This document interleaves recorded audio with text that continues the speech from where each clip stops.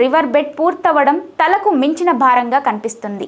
క్షేత్రస్థాయి పరిస్థితులను ఉన్నతాధికారులకు వివరించినప్పటికీ ఎలాగైనా ఖాళీ చేయించి కూల్చాల్సిందేనని ఆదేశాలు వస్తుండడంతో అధికారులు వర్షాన్ని సైతం లెక్క చేయకుండా ముందుకు పోతున్నారు. నిర్వాసితులకు ఫోన్లు చేయడం, నేరుగా కలిసి మాట్లాడడం, కౌన్సిలింగ్ చేయడం వంటివి చేస్తున్నారు.